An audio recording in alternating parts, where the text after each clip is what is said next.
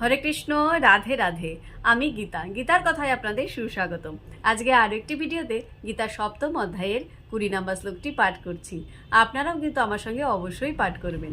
ওং নমো ভগবতে বাসুদেবায়, ওং নমো ভগবতে বাসুদেবায়, ওং নমো ভগবতে বাসুদেবায়। কামৈ তৈ তৈ হৃত জ্ঞানা প্রপদ্যন্তে অন্য দেবতা তম তম নিয়মম আস্থায় প্রকৃতা নিয়তাশয়া। অনুবাদ: জড় কামনা বাসনার দ্বারা যাদের জ্ঞান অপহৃত হয়েছে তারা অন্য দেবদেবী শরণাগত হয় এবং তাদের স্বীয় স্বভাব অনুসারে বিশেষ নিয়ম পালন করে দেবতাদের উপাসনা করে।